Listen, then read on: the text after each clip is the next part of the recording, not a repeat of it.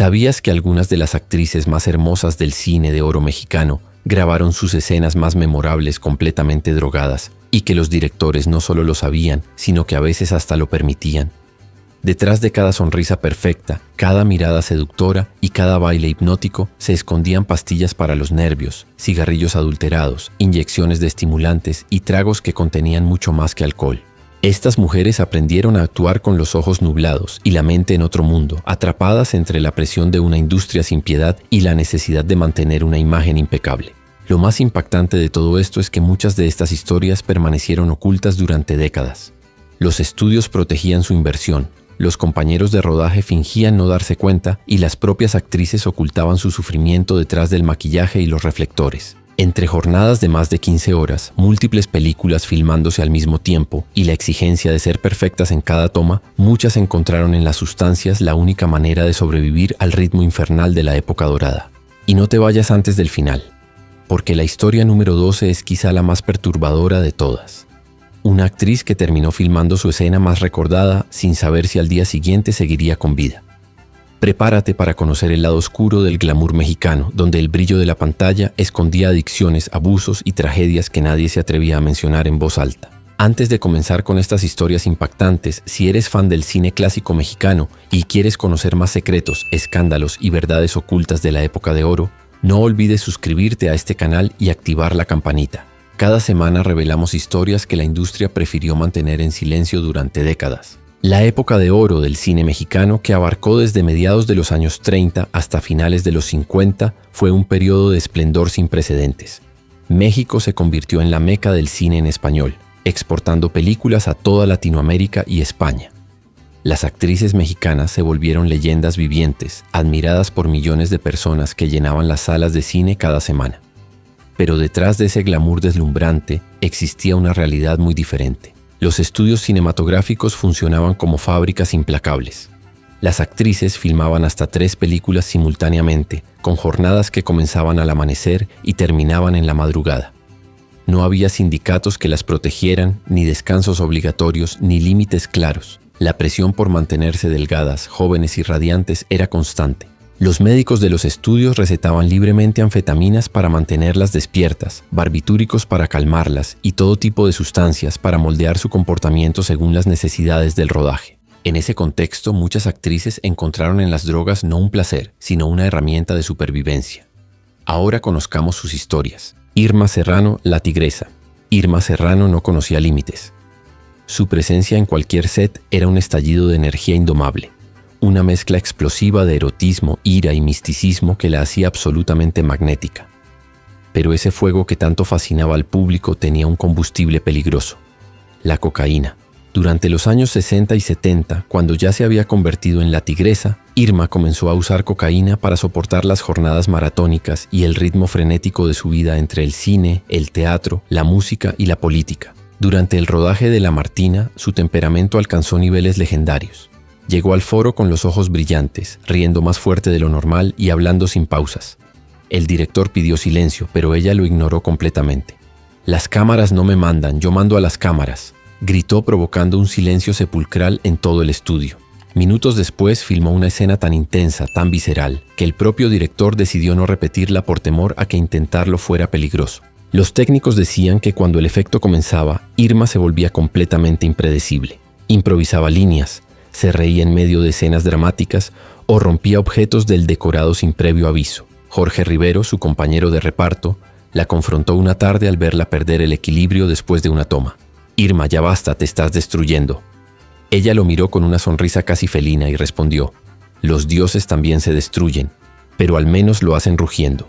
Una maquillista confesó años después que antes de cada rodaje, Irma pedía cerrar el camerino y ponía música a todo volumen. Decía que necesitaba invocar su fuerza, contó.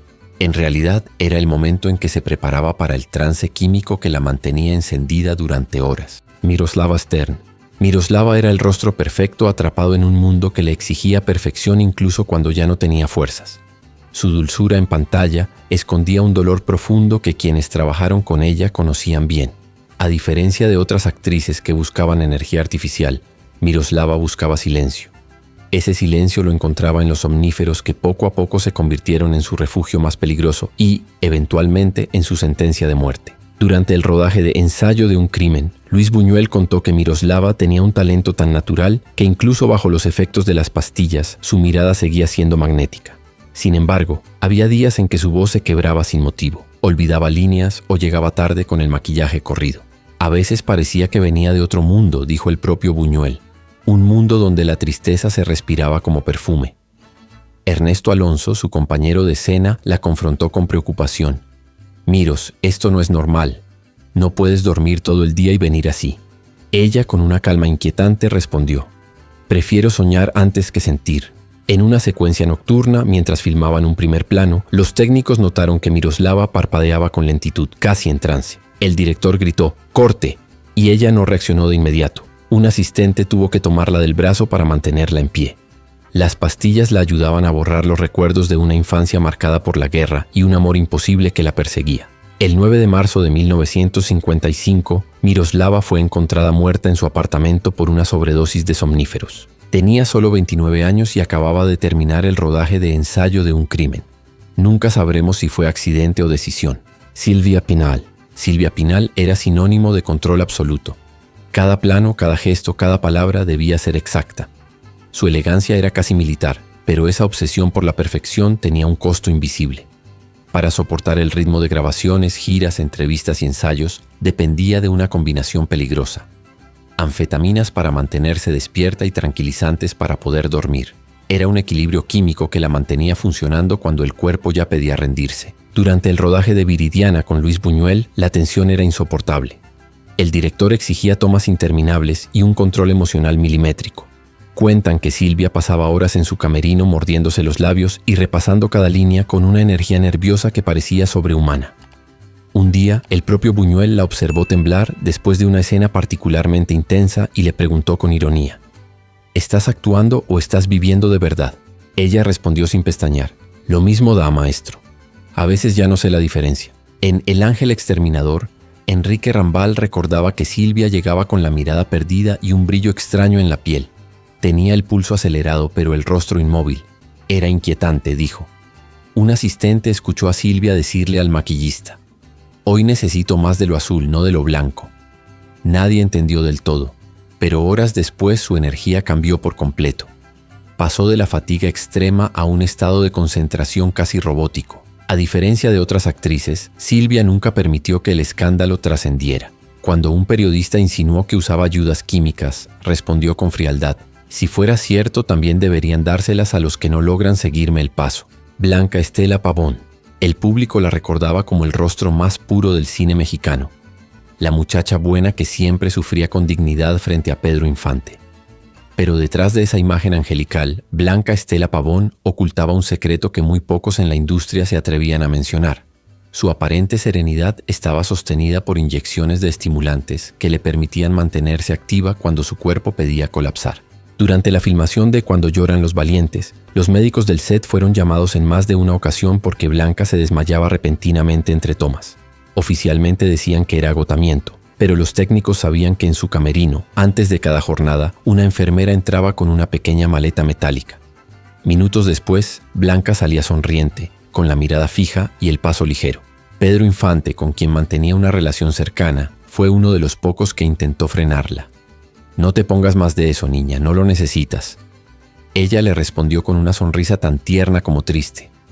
«Pedro, si dejo de hacerlo, no llego ni a la mitad del día».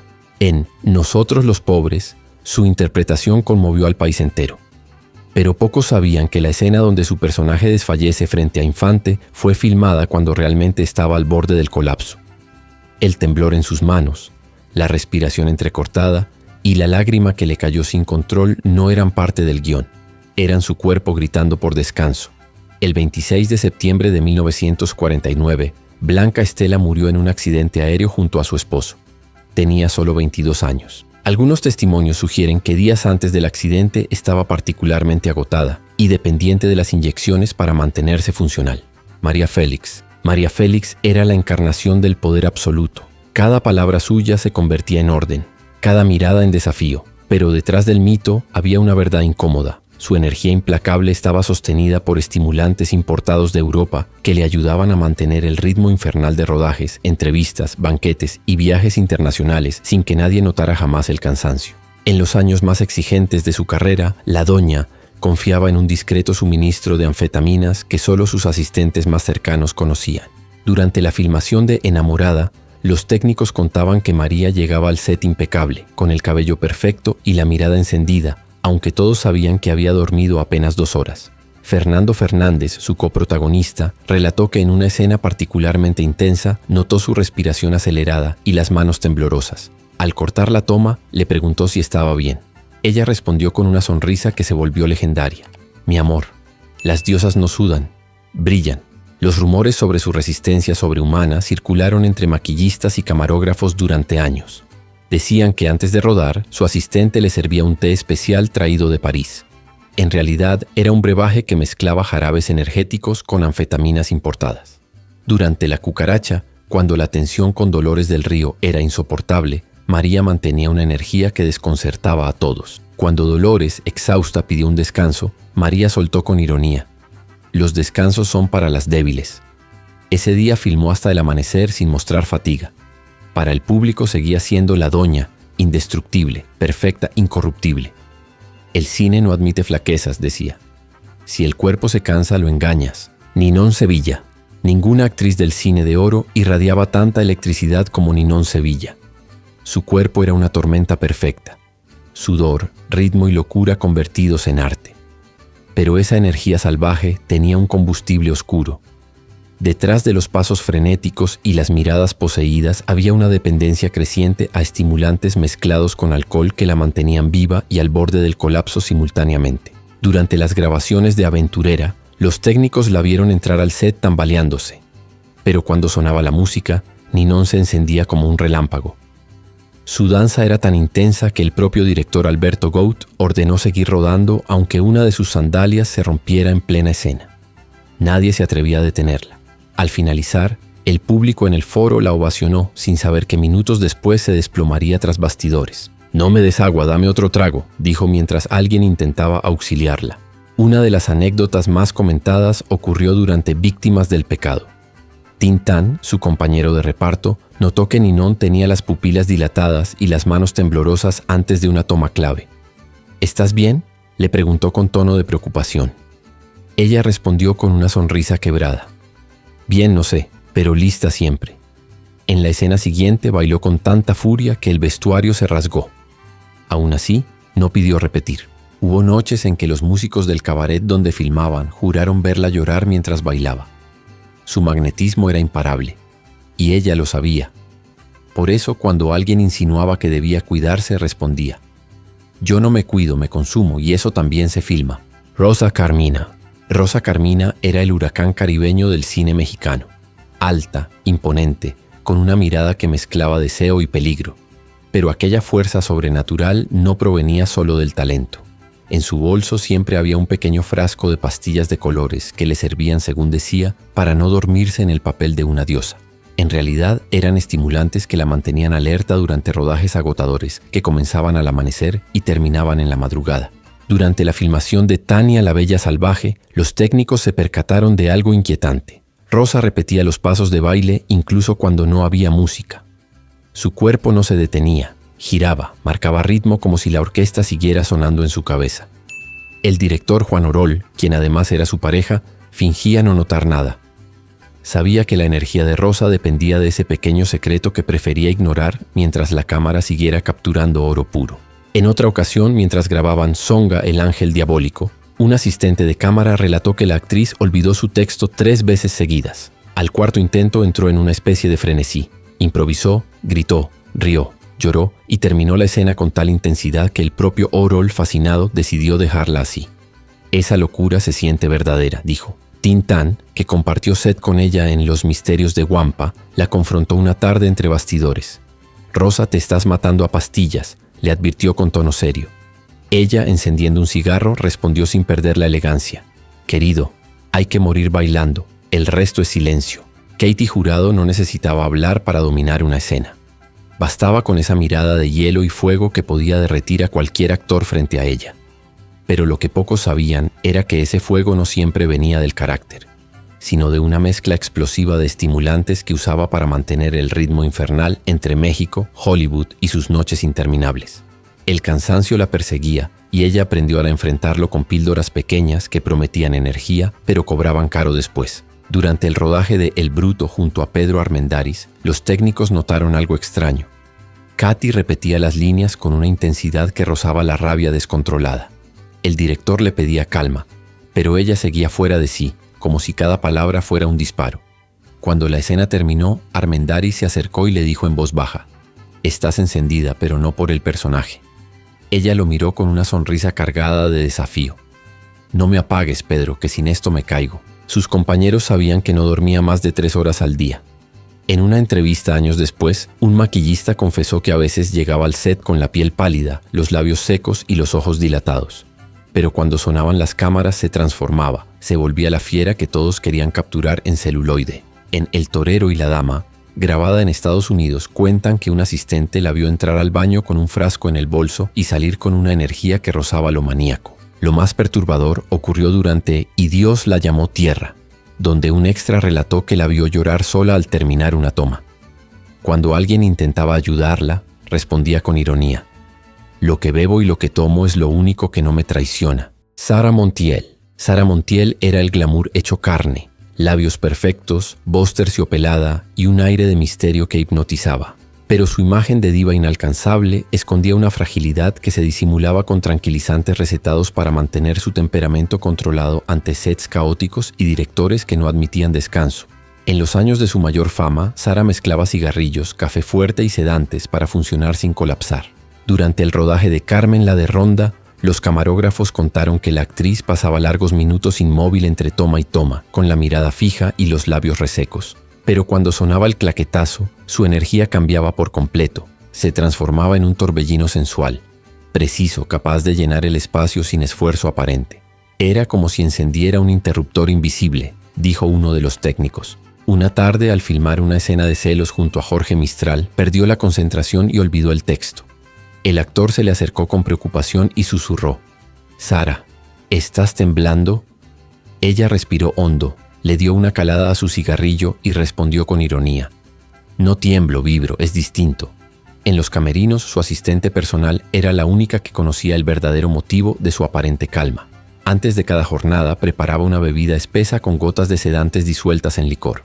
Sara lo llamaba mi desayuno artístico. Cuando años después le preguntaron cómo lograba mantener siempre la compostura frente a los focos, respondió con una sonrisa enigmática: «El secreto está en nunca dejar que el alma se despierte por completo». Lilia Prado, con su voz melosa y su andar provocador, era el deseo de productores y directores, pero en el set, detrás de los reflectores, su energía eléctrica no venía solo del talento.